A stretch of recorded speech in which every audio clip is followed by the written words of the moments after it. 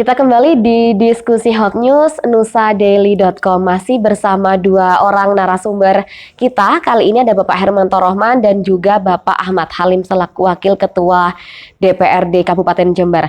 Di sebelumnya kami juga sudah mencoba menghubungi Bupati Jember, Dr. Faida, ternyata tidak ada respon, dan kita akan lanjutkan kembali diskusi kita kali ini tentang nasib Bupati Faida pasca pemakzulan. Pak Halim, apakah yang menjadi pembeda dari pemakzulan Bupati Jember kali ini dengan daerah-daerah lain misalnya?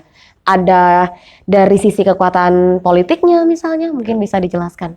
Ya, kalau di Jember mungkin ini pertama kali ya, seperti yang kita sampaikan tadi, di mana HMP ini atau hak menyatakan pendapat ini bisa disepakati di seluruh fraksi.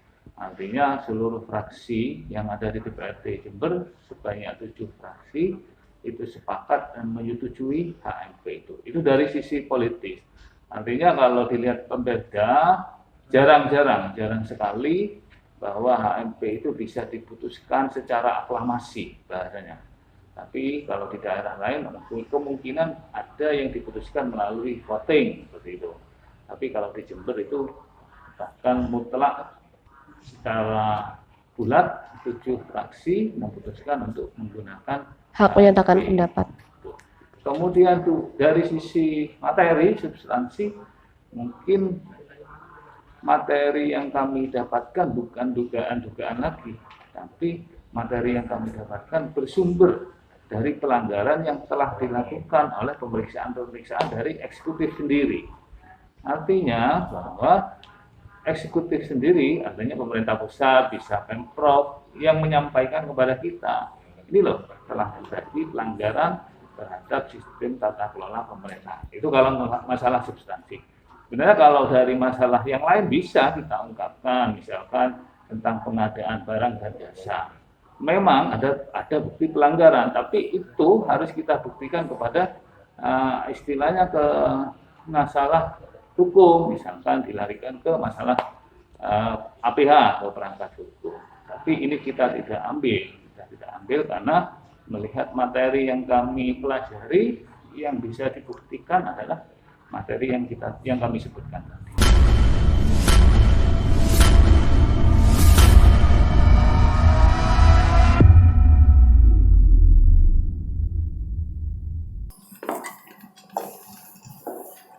Nah, ini Pak Hermanto dan Pak Ahmad Halim, kita akan berganti suasana.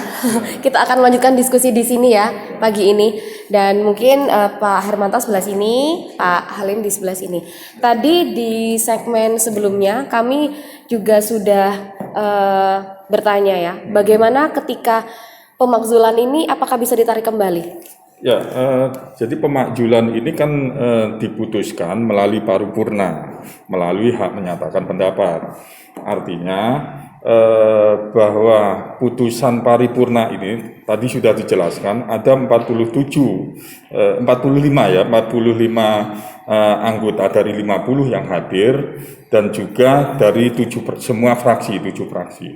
Artinya kalau ini kemudian mau ditarik, ya harus kemudian mencabut putusan yang dilakukan oleh DPRD secara kelembagaan. Jadi ini justru akan menjadi resiko politik kalau menurut saya kepada DPRD. Karena apa? Karena ini sudah diputuskan dan itu sudah bulat. Kecuali kalau dinamika dalam melakukan putusan itu tadi ada perdebatan. Ada kemudian perbedaan pendapat antar anggota, ada kemudian perbedaan pendapat antar fraksi. Maka mediasi untuk bagaimana kemudian mencabut putusan itu masih memungkinkan. Tapi kalau ini suara bulat, 7 fraksi, 45 anggota, maka kalau mau dibatalkan atau cabut ya harus dicabut putusannya. Nah, itu satu. Kalau kemudian dia nggak mau meneruskan ke MA, itu akan mempunyai resiko politik justru kepada DPRD sebagai lembaga yang membuat keputusan itu di depan publik atau masyarakat. Berarti tidak ada ruang untuk lobby-lobby, misal dari pimpinan parpol DPP misalnya? Secara undang-undang, untuk membatalkan itu tidak diatur secara eksplisit, tetapi di situ yang harus kita tangkap maknanya adalah itu putusan DPRD secara politik. Maka kalau kemudian ada mediasi atau lobby dan lain-lain akan berdampak politik juga kepada DPRD itu. Betul. Dan tentunya nilai yang menjadi mendukung sulit untuk dilakukan lobby itu adalah itu suara bulat yang ada di situ. Kecuali kalau dulu itu ada perbedaan pandangan politik. Betul. Dan lain-lain. Tidak satu suara masih ya? Ya, mestinya kalau lobby itu dalam perspektif politiknya harusnya selesai di interpelasi, selesai di hak angket sebelum HMP ini. Secara politik itu. Tanggapan Pak Halim tentang pendapat dari Pak Hermanto? Iya, jadi mungkin apa yang disampaikan Pak Hermanto itu sudah sesuai dengan norma atau ketentuan yang berlaku.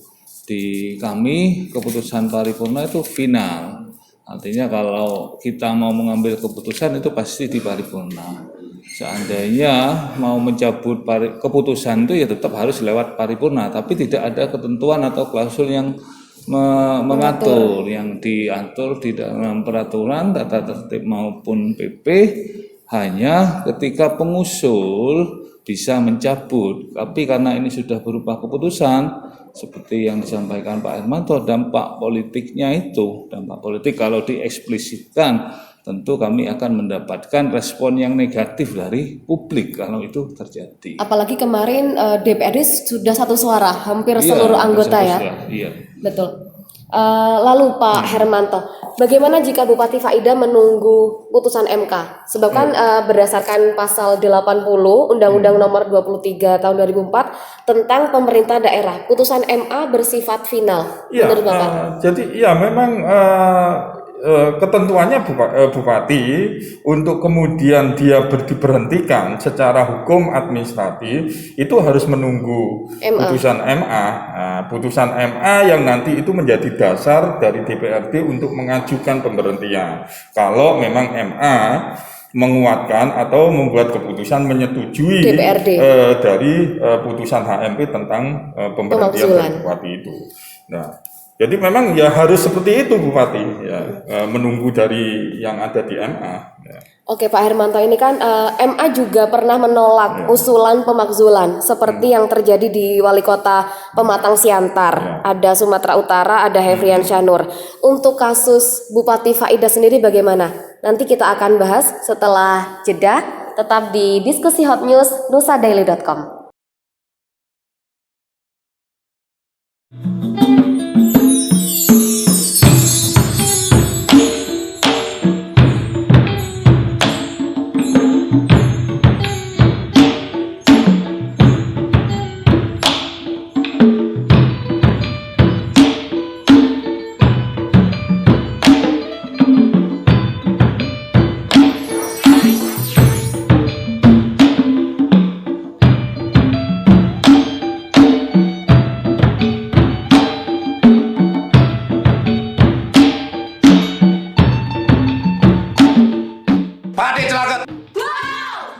Mulai hari ini DPRD memecat secara politik Bupati Faida